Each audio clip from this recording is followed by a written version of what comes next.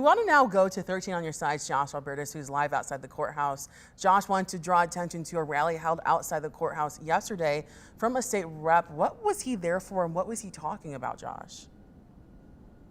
Yeah, it's actually an interesting piece of it, Lauren, because as you probably remember, there had been some civil action as well from the Loyola family against former Officer Schurr as well on the civil side. This representative was here yesterday kind of calling that press conference. He's from the east side, but he was coming here around this trial to talk about what he says was a bill that would change the self-defense law here in Michigan when it comes to both the civil and criminal aspects of this, because what he was saying was that many times people may still have to prove their civil immunity in cases, even if in some of those instances they were already cleared criminally. So what he was saying, you have people on either side. We're hearing some people down on the ground right now, still demonstrating about this. You have many people, of course, saying, this was an unjustified incident, and what they see as justice is a potential guilty verdict. But, you have others saying, despite what they say is former Officer Schurr's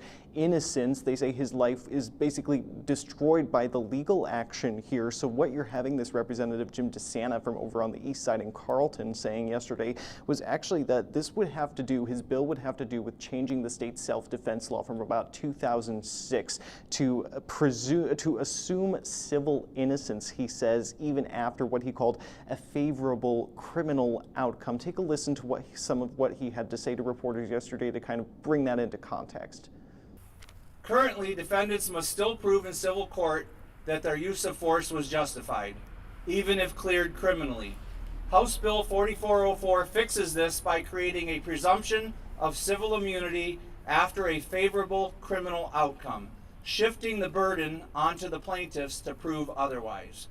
It also explicitly covers the threatened use of force, people who might warn an attacker versus someone who just uses force without warning an attacker, which is not clearly protected under current law. This change to the law will offer the defender full recovery of legal costs.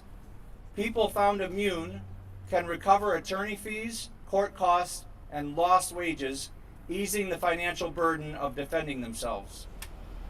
While someone defending themselves has a moral responsibility to do what they possibly can before eliminating the threat, an ordered society must also defend those who, for the sake of their own life, for the sake of the lives of others, must act in a split second to use necessary force to stop their attackers.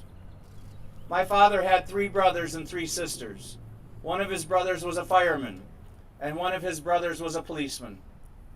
In 1967, riots broke out in Detroit, and my Uncle Jack was sent in to fight the fires.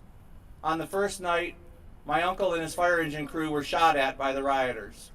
The next night, my Uncle Phil was sent in with the truck, riding with a shotgun to defend the firemen. They were given orders to shoot to kill anyone who threatened them with a gun, knife, or a firebomb.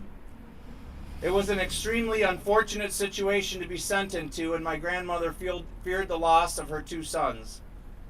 We stand here today to defend life, not to take it. We stand here today with Officer Christopher Schurr. Thank you.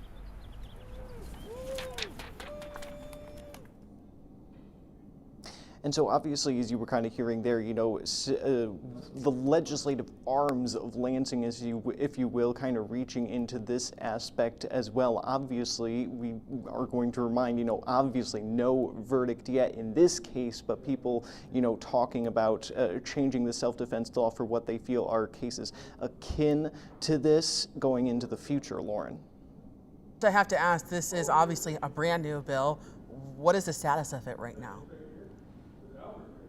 Yeah, so Representative DeSana said that he introduced this last week. He was announcing it yesterday at this press conference, but basically the timeline that he gave for this, his estimation, his expectation was about a month, but it can vary from case to case because there is a process that, after you announce your bill, there's got to be a long process for it to go through. After you announce it, after you introduce it on the House floor, it's got to go to committee, a smaller group of those lawmakers in a select committee who will kind of debate it further, hear testimony, pass it out with or without any, recommendations or substitutions in some of the language of that. They'll send it back to the full chamber. That's when you'll hear it read a second and a third time. And then, if it makes it through that process, if the committee approves of it, then you're going to see the full House take a vote on it. So his estimation for people yesterday was about a month, but we'll have to wait and see exactly how long that timeline actually ends up playing out.